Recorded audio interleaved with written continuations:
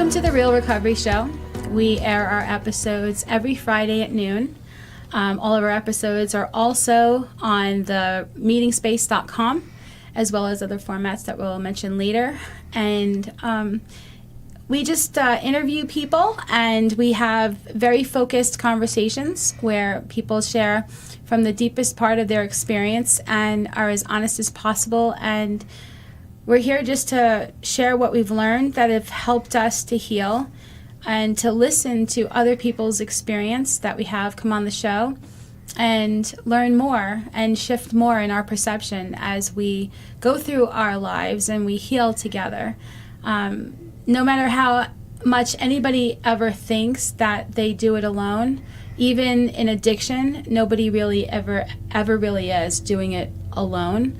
And that brings us to our topic today, because this idea of being so unique or so separate, or being, so super independent, this idea that we need to protect ourselves and somehow guard our lives and run our lives and get whatever we think we need, has, in our survival, in our idea of having to take care of these things, has bred a thinking, a programming of certain levels of selfishness that, and I understand the word selfishness it generally has a negative connotation to it, where people think, oh, you can't call me selfish, I'm not selfish, I'm da-da-da-da. And some people don't care. But selfishness is an issue when we are trying to have more peace in our lives, when we're trying to have better relationships, when we are trying to do better at work, when we are trying to be more comfortable in our own skin, when we are trying to feel a deeper sense of security, when we are trying to feel like we fit in, and when we are trying to deal with PTSD or addiction.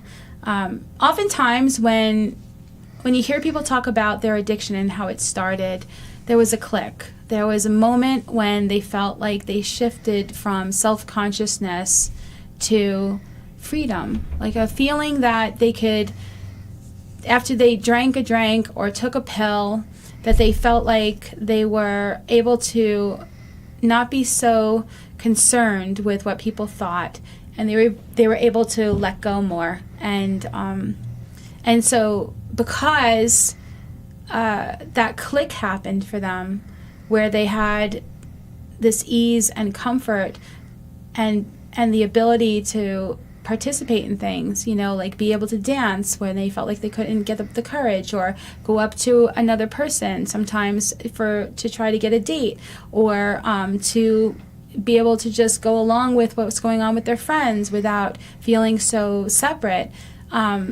Doing alcohol or drugs would help them to feel part of artificially. And so they didn't necessarily develop the tools or deal with the issue for that self-consciousness. And we all have that in our society as our programming. And not just our society, but many, many, many societies have this idea of who you think you need to be, how you need to present yourself so that you fit in, so that you're accepted by your peers. And it's such a big, huge part of our evolution and our survival mentally and emotionally, that oftentimes, we will abandon deep-rooted consciousness beliefs that are actually good for us, or our intuition that actually speaks on behalf of our highest good, to fit in, to do things, to go along with stuff. Sometimes it'll be a job that asks us to do something that doesn't really vibe with us, or it's friends that are asking us to go along with something that doesn't really feel like a yes, or situations we could be put in where we self-abandon and we don't realize what's going on, that we're actually creating our own suffering. And so Today's topic is selfishness versus selflessness. And it's so important of a topic because it's another topic, just like the powerlessness one, that it took years for me to really digest what selfishness was, because if you called me selfish, that was one of the worst things you could have said to me. I valued being seen as a good person. I had experiences as a child that really put some trauma energy into that one. And so it was such an intense issue for me that it was part of my my trauma interaction with other people. Like, they have this saying, of course, I've mentioned it before, that if it's hysterical, it's historical. And so the concept of selfishness and being called selfish, I mean, there were so many levels to it that I needed to understand. There's a saying in recovery, when all else fails, get out of yourself and help another person. And that's great, but if you're in recovery long enough, or if you've had any experience of codependency or shutdown and experiences and behaviors of self-abandonment, getting out of yourself and helping another person could actually be part of your problem, where you're not actually addressing your own issues and taking responsibility for what's going on with you, or maybe you're using helping somebody else to avoid looking at yourself. And so you could see by everything that I've already said, it's a simple concept that is very complex in its application, because in just like with any word, in any kind of like recovery program or anything, it's important to define it for ourselves. You know, to take the word and to say, what does this really mean to me? What really resonates for me? And so for me, selfishness had to be redefined for me. My old definition, well, I'll give you a little history for a second. When I was a little girl, as most of you know if you've seen other episodes, you know, my mom had told me that I was a burden to her, and that I was the cause of her misery. My mom had addiction. She was in recovery for it, but she blamed me for the situation she was in, and I took it on. And so, and the reason being, she didn't know she wanted to stay married to my dad. She ended up getting pregnant with me. She didn't know she wanted to have me. She ended up giving birth to me, and she would have, you know, she was never all in, so she had like this back and forth, like whenever her days were not good, you know, and I was around or part of her experience, I would be the scapegoat for her misery. And so, and as a child, like, I couldn't handle that idea and took it very much on, especially the way she talked to me. But later on, you know, I'm now in my 50s, and I've done a lot of work on myself, and so there's great freedom in understanding and forgiving and getting to a place of deep tolerance and compassion for another person's headspace, because we understand what our own headspace can cause us to feel and do and see in the world. And so, but one of the things that my mom would do is that she would say, she would call me if I asked for something, you know, if I asked for her to do something for me or complain that I didn't have something or whatever, I don't know. My mom would actually call me greedy, and she would call me greedy enough. And the way that she treated me around that idea, it made me very, very afraid later to ask for help, to ask for money. I had a big issue with under-earning for many, many years. And yeah, it was a problem, because I would always be afraid that somebody would think I was greedy, because I had that program in my mind that I accepted, right? And so the idea that I could be selfish to me was very much like greedy, right? Another version of selfishness for me that was quite toxic was the idea of being needy.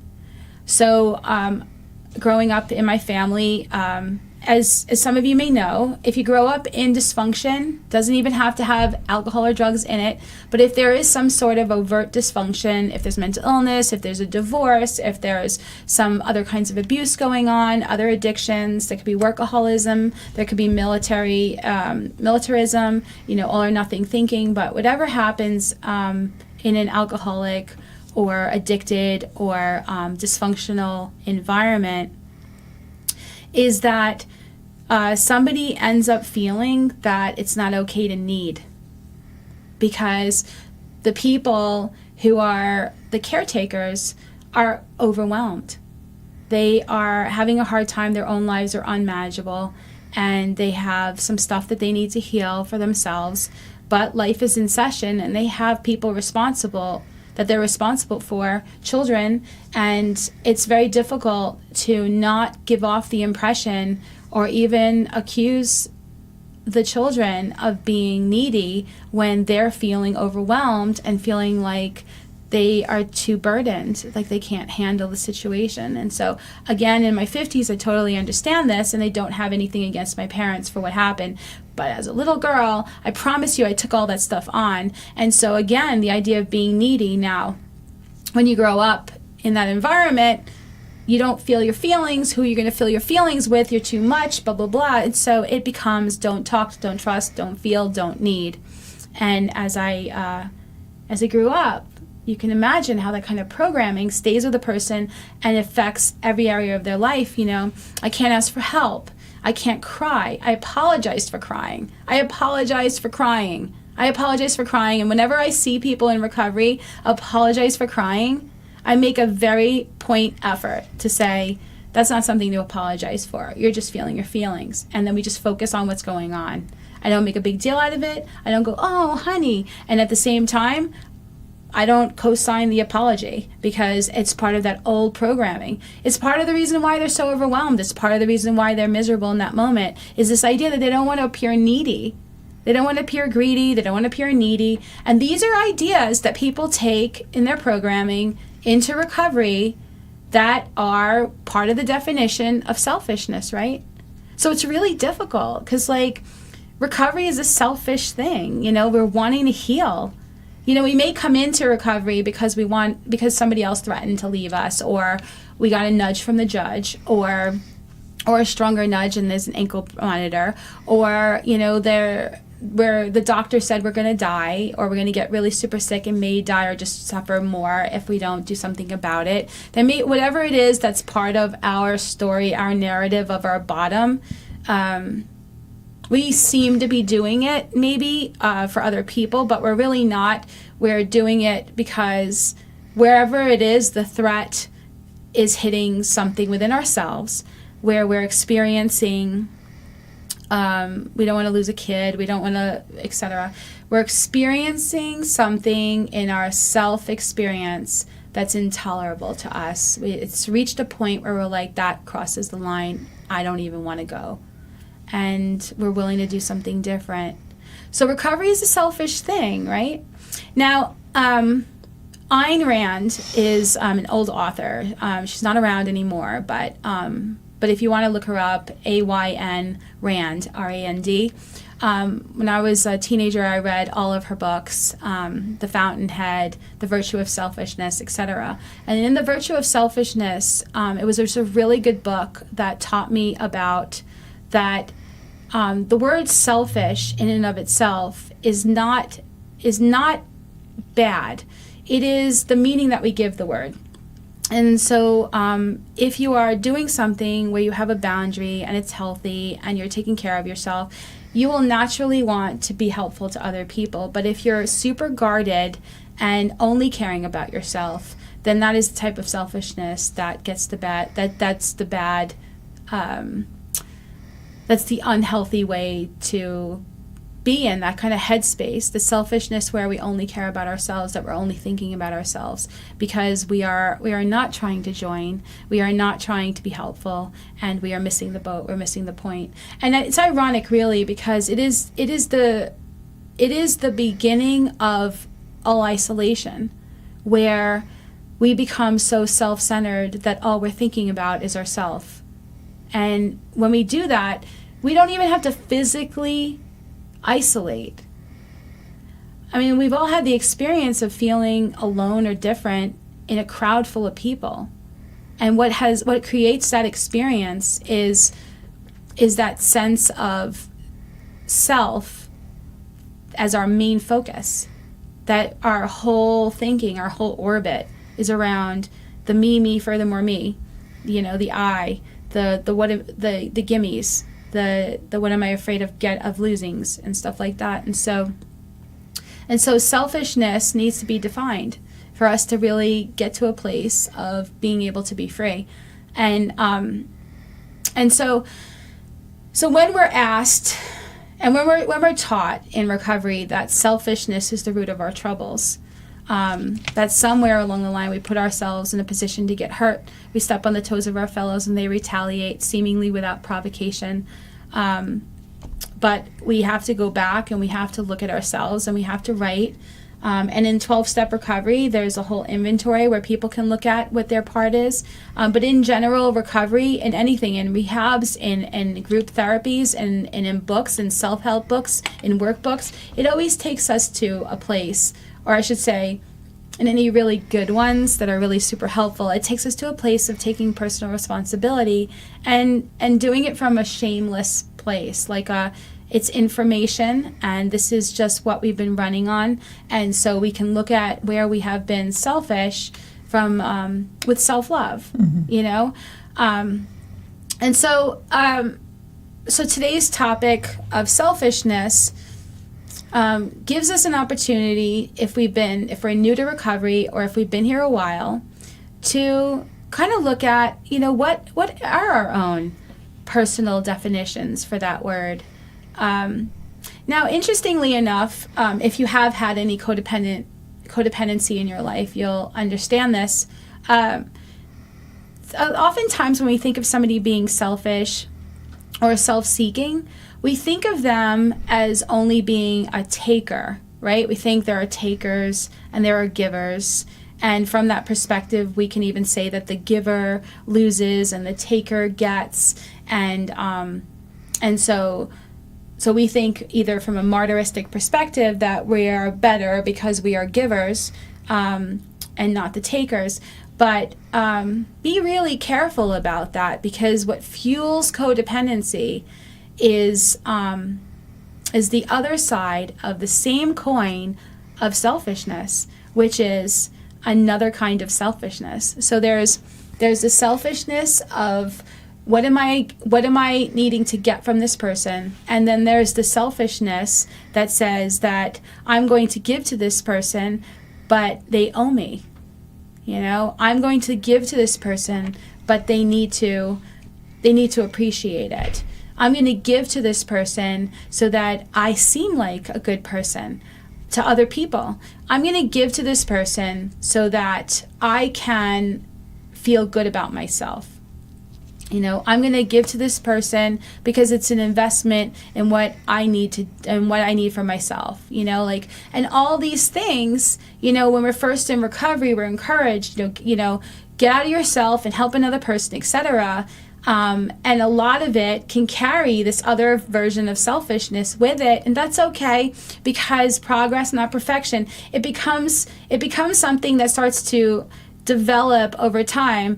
At least we're now doing more for another person if we weren't doing it before. At least we're now putting ourselves out there and wanting to be helpful in other ways without just focusing on ourselves so much.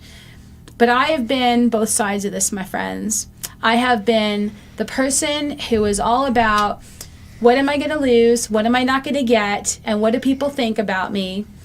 From the place of, what am I going to get from a person, and how can I manipulate a situation, because it's all me, furthermore me. And I have swung past normal, and I have been that codependent person that was the hero, that was Captain Save-A-Ho, that would have the cape growing out of my spine, and by the way, in a very public way, so that all who can appreciate. And I have to be so careful, because on the selfish side, that's all self-seeking, there are elements of it that are very valuable to keep. There is the taking care of ourselves. There is the finding out what's good for us and healthy for us, and not self-abandoning. And then on the codependent side of selfishness, there is the desire to be helpful. There is the desire to be good. There's just the desire to add to the world, to leave it a better place than we found it, right? But the use of it is too much. The way it's being done is too much, and it creates discord, And so wherever you are in the spectrum, everybody is a little bit of this, a lot of that, or a little bit of this and a lot of that, and so nobody's exactly the same exact. It's all a spectrum, but everybody has a little of all of it, and who doesn't want to be appreciated for doing a good thing for somebody?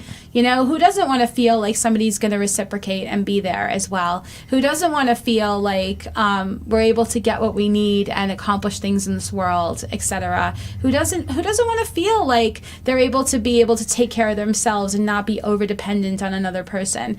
Like, there are basic core survival needs that are being expressed in this, but they are being bastardized. They are being magnified. They are being taken from just where it's supposed to be for a healthy, interactive, interconnected survival system, and it's being pushed out into an extreme because of fear, because of this fear that we're not going to be okay if we don't have da-da-da-da-da. And this, my friends, is what keeps people in dysfunctional relationships. And I speak from experience on many a dysfunctional relationship. And this is what keeps people in interacting in work situations in a way that they cannot take care of themselves, or they step on the toes of others, and they garner fear and resentment from their peers or their employees or anybody they manage or come across, or customers, because of their attitude. And they don't know, we don't know until we learn that these are the things that are coming out of us, and that they're coming across in a way that hurts other people, but it really hurts us, right? So this is a good conversation for anybody, not just people who have suffered from addiction, right? But when it comes to the addict or the alcoholic, when it comes to that, selfishness, this type of selfishness, this is what keeps a person from having peace of mind. This is what keeps a person from feeling the we in recovery, and operating still from the separate experience of the I. So today we're going to be talking about not just what selfishness looks like, but we're going to be talking about another experience of selflessness. And selflessness isn't abandonment. It's not self-abandonment. It's not people-pleasing. It's not being focused only on other people. It isn't what that looks like it is either. Selflessness, because, and I will say this, and this is why it's so friggin' important to me. I have seen people in recovery, and I'm sure I've seen it because I've done this, right? They're trying to be the person they think they need to be okay. And so they're trying to be of service, but they're trying to put more effort into their service, into be helpful, into working with other people, than they are actually doing their own inventory and their own spot check. Like they're losing humility, and they're focused so much. Their recovery becomes so much more dependent upon other people and what they're doing with other people, that they're not balanced in their recovery anymore. And there's a reason, I feel, why the idea, when all else fails, get out of yourself and help another person, is such a big deal. That it says when all else fails. Because there has to be meditation, which I just got chills. There has to be a conscious contact with our higher power, whatever it is, right? There has to be a meeting of ourselves and being honest with ourselves. There has to be a taking responsibility for our lives and our experience and asking for the guidance. There has to be a willingness to be wrong. There has to be a willingness to do something different if we find that we're wrong. There has to be a willingness to make an amends if we find out that we are wrong and we have to do something different. And if we don't do those things, the recipe doesn't produce the right results, because we could be doing all of the helping of other people and still remain very selfish. And I know that sounds paradoxical, but for somebody who has done that, I promise you it's very real, because our whole self-esteem, our peace of mind is too dependent upon helping other people, and we're not centered and cleaning out our own blocks to the awareness of our own true self and our own connection consciously with everything, right? And so this topic hopefully will give you some clarity, so that you have a new, cleaner, and if there's anything, in this that doesn't really resonate, of course, always listen to what resonates with you on a deep level. But have an open mind, because it is through having conversations like this with other people that I ended up developing more and more my deeper understanding of what it is for me, right? This is a very personal process. It's very important that we recognize that it's a personal process, and that doesn't make it selfish. Right. In fact, it's one of the best things that I could do for anyone else is to clean up my own stuff. Because when I don't have my stuff cleaned up, I promise you it comes out sideways. And when it comes out sideways, I take hostages. And there's a lot of collateral damage, and there's sometimes things I can't fix. And the lessons are always there. And so to look at where my story of myself is at play, and to question my motives and where I might have been running on fear, and we'll get into that in a little bit, and to be willing to be wrong and say, okay, all right, this is where I was selfish. It's just information. I don't want to be selfish. I want to join. And I don't want to take on your life either, right? I cannot play God in my own life, can't play God in yours. Yeah. So I have to stay right-sized, right? And so understanding what selfishness is versus selflessness helps us to go, okay, I can visualize this for myself. I could see, where do I need to be? And we'll talk more about the tools of that and insight of that in a little bit. Hi, I'm Tay Tay. You didn't introduce me yet, so. Oh, sorry, that was selfish of me. Hi, Tay Tay. It's interesting. As you were talking, I was thinking about something from when I first got sober. I was told about this game that you play. And in the game, you want to help people. And every time you help someone, you get a point. Every time you help someone and don't tell anybody about it, but somebody finds out, you get 2 points. And every time you help someone and no one ever finds out that you did this thing, you get 3 points. And I remember thinking, so how do you win if no one ever finds out? And it's that idea of, wanting to gain something out of doing something good. And I feel like I have millions of points, but you'll never know because I won't tell you about it, And except on the show. But I haven't told you the things that I did over, it's just one of those ideas of like, okay, so if I do this thing, then I get this reward. But, the reward is doing the thing. It's not actually the reward. And right. I am someone that does think of me first, and so being able to do things for people and no one ever knowing about it is a bigger gift than I could have imagined 16 years ago, Last week we were talking a lot about peeling the onion, and I feel like a lot of my selfishness is those trauma responses that you were talking about, because for me, there is a lot of shame tapes, and there is a lot of I'm not good enough. So if you know the things that I do to help people, then maybe I'll be good enough in your eyes. But then I'll lose the game, And so there's that little paradox too. Yeah. Yeah, thank you for sharing that. It's, sometimes we're so cash and prizes oriented. We've watched a ton of game shows, and people are looking for the trophy, and we're wanting the atta-girl or the atta-boy. And so we're so focused on the destination and not the journey that recovery brings us into these day-tight compartments of one day at a time, one moment at a time, and one act at a time, one experience at a time. And it brings us into the present. It teaches us mindfulness, and it says, okay, right now in this experience, what are we doing right now? And giving becomes its own reward.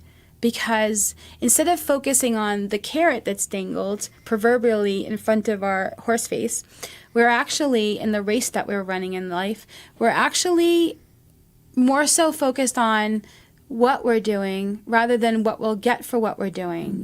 We're more focused on the deep conviction that it feels intuitively right to do the thing. And in that, there's an inspiration, there's an energy that comes up within us, there's a love energy, there's to care, to get excited. I just made a gift box, a God box with I etched one of my best friends, her face and her now husband's face, and put their names on the sides of it into this gorgeous music box, right? And I was so excited to do it because, the etching machine and being able to get to be able to do more than just, etch somebody's sobriety date into something I could do pictures now. And so I was inspired and excited, but I was really tuned in, and I wanted to do a good job, but I was tuned in intuitively, and I was like, okay, so how do I do this? And I learned so much. And so there was a lot of joy in learning about how to do this, inverting pictures and make the white show up and everything, right? I'm not going to get too much more into it. Don't want to bore you. Unless you're into that, and then you can call me. But I was so excited to give her the thing. I was so excited that I wanted her to be, I wanted her to feel like, I wanted her to be, how to explain it? I wanted her to receive it. I was crazy. I was on both sides of it. I was enjoying the giving, right? And then I was part of her experience of the receiving it. And so the joy of it all, it's a music box, you know what I mean, at the end of the day. Right. But it's the power and the energy and the love and the inspiration. And so there's nothing bad about feeling good, right, about doing something, for someone else. Yeah. It's when we're doing it for someone else to get something. Right. Oh wow, I gotta do this thing so that I can feel good. Yeah. I'm not doing that. I felt to do it, and I was following that inspiration, and so there was no downside. There's win-win. Yeah. Highest good for all. Right. And a great experience. And so for an addict like me, who of course loves to feel good, but is willing to feel all the things and recognize the necessity of it, and the value of the classroom. I love that high. I love the high of sharing something that has worked for me to help another person. I love the lights going on in somebody else's eyes, as we talked about last week. I love giving something that I really feel truly inspired to give. However, there have been times when somebody would say something to me, right, and they need a thing, and I would feel bad, and out of the story in my head of who I think I'm supposed to be, I give them something. And that experience of giving somebody something when I don't feel inspired or guided sucks. Sucks. I feel gross. I feel used. I feel manipulated. I feel a sense of self-abandonment. I feel disconnected. I don't feel a we experience. I don't feel a highest good for all experience. I feel like I martyred myself. I feel like I'm teaching myself love is for sacrifice. And in that moment, I was operating out of fear, although I didn't necessarily realize it at the time, but I was afraid. I was afraid of being the person that let the person down, or of not being liked, or somebody thinking that I was greedy or needy, back to those scripts, or or coming from an idea that somebody's going to hurt me or punish me or not give me something later because I wasn't there for them then. And like these were all like the transactional relationship and shame tapes that I had as a child, but that were activated and continue to be activated for a very long time. And so, you know, giving without it being a yes, without it being for the highest good, without it being for the other person's highest good as well, regardless of, you know, getting anything in form in return, right? Giving truly is honestly one of the joyous of highs for me. And if you haven't experienced it enough, you know, it is because there are ideas about who you think you're supposed to be that are just in the way. And as we let go and we get more comfortable and we feel more secure and we feel more safe, especially when, ironically, we selfishly learn where our boundaries need to be, where our yeses need to be honored more, where our nos need to be honored more, we become more self-actualized and able to give more from our overflow because we're not concerned with what people think too much. We're not concerned with losing something. We trust. We trust in our core. We trust in our guidance that we have what we need. Yeah, I was thinking about like so my current mentor tells me a lot to not care about what other people think about me. And that's a really hard thing, you know. And I'm thinking about that idea, and something that came up was when I first started working for you years ago. One day I was really upset and I was crying, and I was trying to not cry in front of you because I didn't want you to think she's weak or she's needy or she's too much or I can't have somebody this much of a basket case. I made you cry once too. You made me cry, yeah. but that wasn't this day. Okay. But I was crying, and you said, "No, you need to feel your feelings," and you said that, you know, and I remember thinking, "Feel my feelings? What boss gives you permission to feel your feelings? Like, what alternate universe have I ventured into?" You know, there's like a freedom in that, and in being able to do that for somebody else. And I work with someone who has been experiencing a lot of anxiety, and over the last few months, she's been really working through this anxiety. And I gave her a few like books that I have on anxiety and some little different like, you know, mantras and different things like that. And I gave her a few of my little things that I used to like play with at my desk when I was super anxious. And she talks about those things a lot, you know, and how much that's helped her because I let her feel her feelings. I listened to her feelings. I saw what I could do to help those feelings and didn't expect her to buy me a bunch of stuff too. You know what I'm saying? Yeah. Like it's not about that. Like it's about the experience, the strength, and the hope. And I have an experience in this. So I have some strength in this. So I have some hope in it. And I don't need anything back from it. And I never thought I would talk about it. You know, like it's not something that like, I mean, like it's just those cool little moments for you. Like for me, it was feel your feelings. And for her, it's those little trinkets, you know? Yeah. Yeah. I think sometimes when we do things for people in our society, they think they owe us too. Like even when you're doing something and you know you're good, you don't need anything for the person in return. Like somebody will be like, "Oh, let me do this for you," you know. And it's like, and I don't know, I don't want anything to be because of that. Right. You know, I've had people send me letters and tell me that they appreciate something I did or something I do, or even like the meeting space, we get letters saying like, "You've helped me, yada, yada, yada," by keeping going and whatever. And I appreciate that. I feel like it's validating. I feel like it's I feel like it's the God in them talking to the God in me saying, let's keep going, you know, that kind of a thing. We appreciate what's going on. But I don't ever want somebody to feel like they owe me something. I remember one time when I was a kid, and I had like 103.5 temperature, and I was super sick, and I went to my mom and I asked her to take me to the doctor, and she told me I was making it up. And I was really sick. You know, like she didn't take my temperature or anything. And I ended up taking a taxi to the doctor. And then when I went to the doctor, I told the doctor that I could barely talk. My mouth was all like messed up. I think I told you the story. Yeah, you've told me the story. And I ended up going, but they don't know it maybe. No, they probably don't. So you have to hear it again.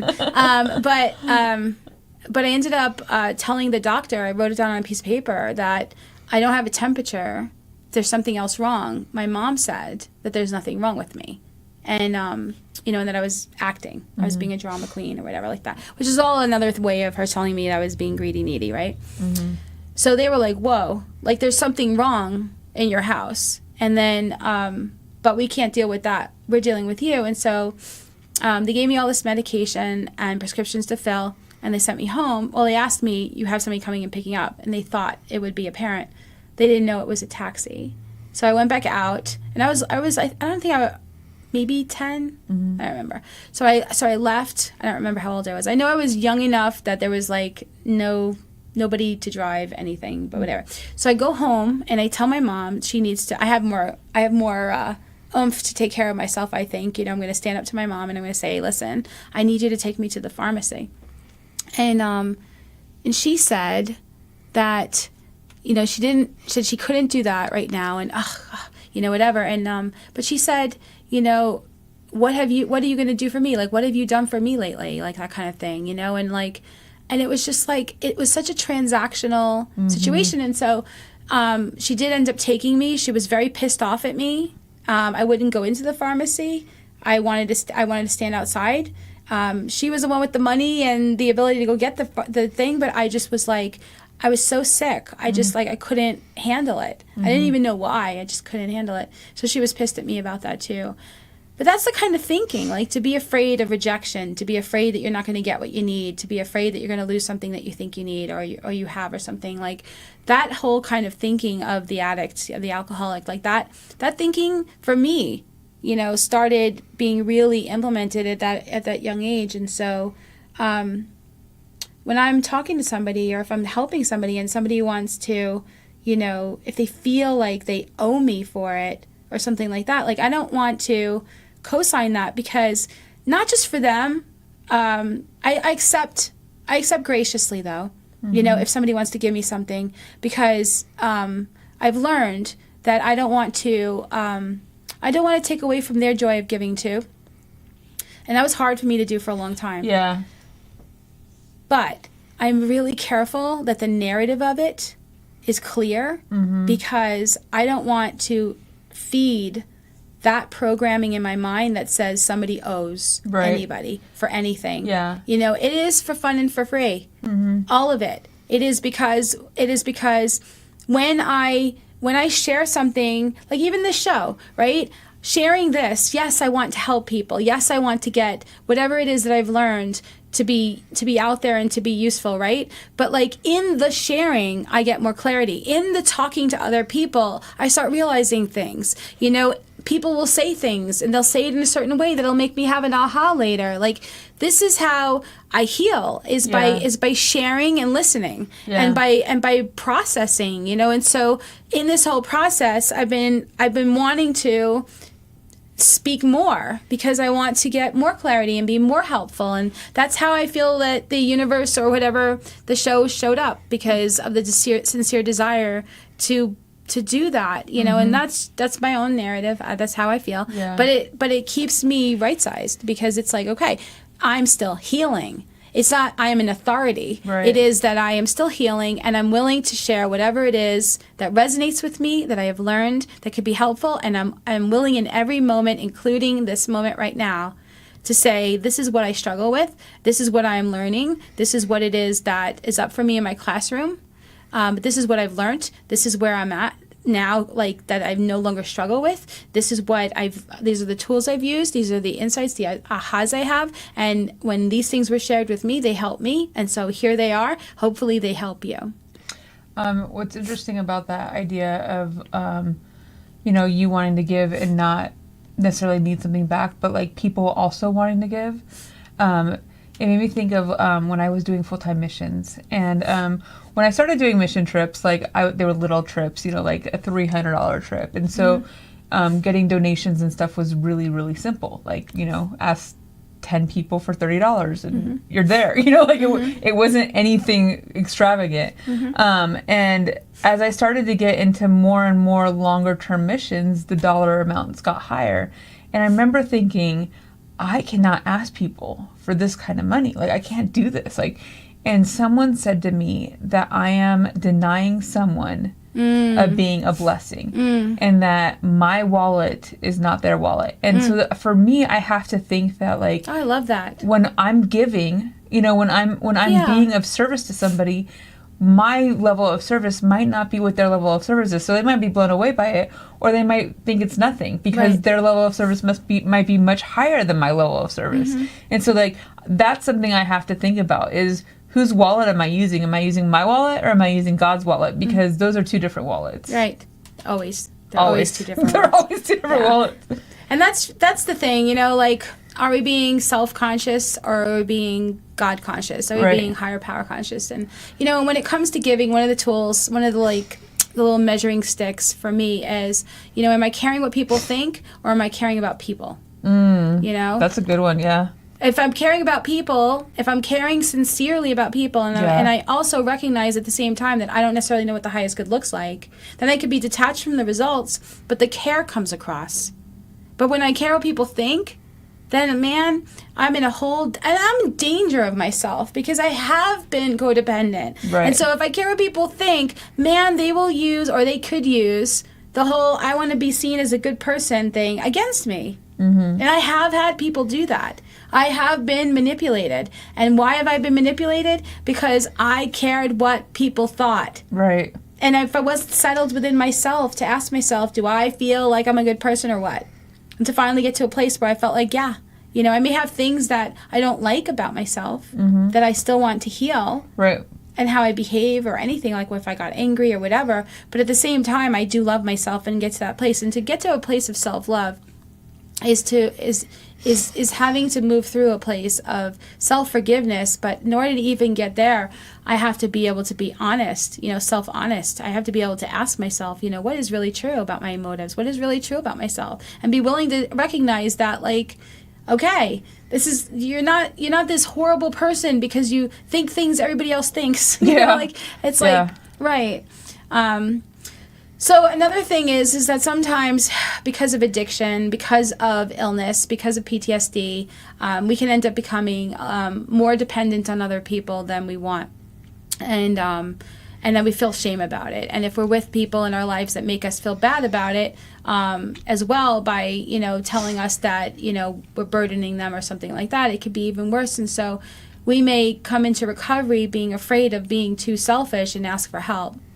We don't want to waste anybody's time. Yeah. They say in recovery that, was it like a 500-pound telephone or something? It's 500-pound help. It is. Right? Like, nobody wants to pick it up to call a person because they think they don't want to burden anybody. They don't want to bore anybody. Well, and now they don't want to embarrass themselves. Now people want to text instead of call. Right?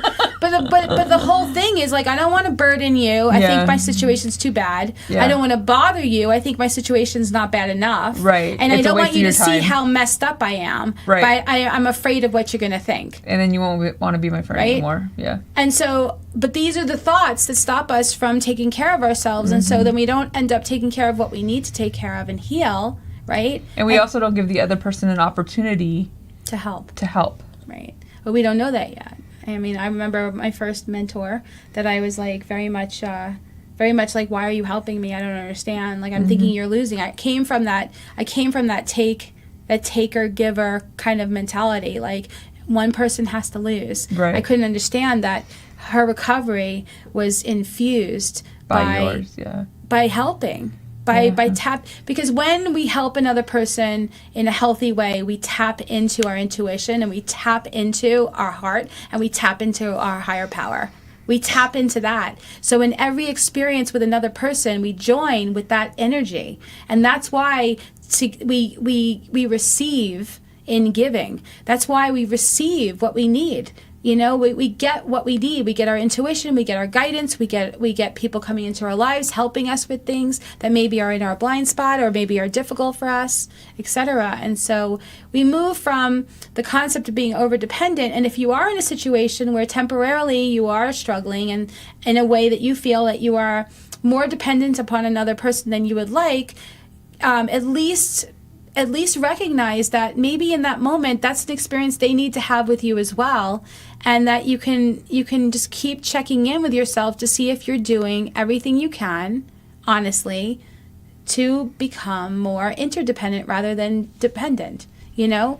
And that is like, do I really need this person to do this? Maybe I could try to do this myself, you know, etc. And if you're on the other side of the spectrum where you're too independent and you won't let anybody in and you won't maybe start recognizing, how can I take little baby steps to have somebody help me or have somebody come in, you know, the whole intimacy, into me I see, Mm-hmm. you know, intimacy. It's like, well, I could actually make this phone call to this person. I could talk about this one thing. You know, I could write this stuff down. And little by little by little, there's a meeting ground of our minds, you know, like where we're not being so independent that we keep you at an arm's distance, or we're not being so overly dependent where we're taking you hostage, but we're doing our very best. We're blooming where we're planted, and in that moment, taking care of what we feel like we can. And little by little by little, we heal.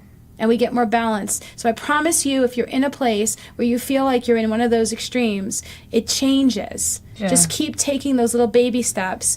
And don't be afraid of being too selfish. Selfish is when you're only considering yourself, when you're only thinking about yourself. It's about learning how to turn everything over to a power greater and to want everybody's highest good and to join. And so if in the moment we can ask ourselves, you know, what am I really afraid of? What's really going on? And maybe I could take this moment to do this differently and to give back a little bit and to take, you know, responsibility. Like if somebody's paying for a lot of the things that you're doing, you know, with them or something like that, but there is a little way that you can pay for it yourself, or you can physically do something that's worth money to them, for them. Without it being transactional, seek your own intuition, but where you're self-empowered in it, right? Where you're not overly independent and you're not overly dependent from your own intuition, your own standards of what you feel. Mm-hmm. And by the way, this whole idea that nobody is dependent on anybody else is a facade. Right. It is a facade. Everybody is interdependent. Everybody is. Just think about the food you eat and the farms that had to produce it. Just think about the gas in the car you're driving and all of the businesses that had to go into that for you to be able to have that pump work, for you to be able to put gas in your car. Mm-hmm. Think of the electricity that your house runs on. And you recognize that we are all, in our own way, participating in each other's lives. There is no place that other people are not touching in my life. There's not a moment. There's this show. There's wonderful Johan who's made it possible. There's PHLV Radio. There's recovery. There's all the people that have helped me. There's the people who made this microphone and made the camera and the electricity that's pumped into this radio station. We are all interdependent. We are all interdependent. And to recognize that as a good positive narrative and to focus on interdependency and intuition as our healthier assets to realize in our lives helps us to get out of self. It helps us to stop feeling these two extremes of like getting out of myself and focusing only on somebody else, or being so independent that I'm too focused on myself in that way. Getting to a place of recovery. Yeah. And that place of recovery, you know, it's funny because we do talk about this being a selfish thing, you know, this idea of getting clean and sober and doing it for yourself. Mm-hmm. But once you start to like develop who you're going to be as a recovered human instead of as a taker, like you do want that idea of selflessness. Like you do want that, but you have to do it in a healthy way too. Like we talked about last week, you know, how like, you know, my powerlessness takes me to the extreme of everything, whether it be drugs, alcohol, food, sex, working out. Like I am the extreme, right? And so I have to, yeah, we can all be. So I have to do the same thing with this idea of helping people. Like I can't fight. I can't like get lost in service. But I also can't get lost in not being of service. And so like there's these balances that you have to find. I wish we were all Libras, you know, like where we could balance the scale, but Libras. That's what I think of when I think of balancing the scale. That or the judicial system. What's wrong with Geminis? well, and Geminis too. I mean, because they have the two sides, you know, like but. Sorry, I didn't mean to get you off topic. Go ahead. but yeah, so like, you know, like there's this idea of like having to have that balance of like being of service, but also protecting yourself in it and not letting yourself get to either side too much. Yes, exactly. Ultimately, balance is the most important thing, but it's not about balancing two extremes. It's about leaving the two extremes and getting into a place of finding out where your true safety comes from and coming from a more self-actualized place. Right. So... Okay, well, at this point, we're going to stop this part of the episode. We're going to continue this same topic next week. And please remember that the opinions expressed here are strictly those of the people who gave them and do not represent any 12-step program or are meant to replace any professional medical advice. You can watch us on Facebook, YouTube, and on Amazon Fire TV. You can listen to us on the PHLV Radio app or get our podcast on Apple Podcasts, Spotify, and iHeart Radio. And again, thank you for joining us today. And thanks, Tay-Tay. This has been so good. Yeah. On the Real Recovery Show, we'd like to give a special thanks to our great sponsor and gracious host, PHLV Radio, here in Las Vegas. See you next week.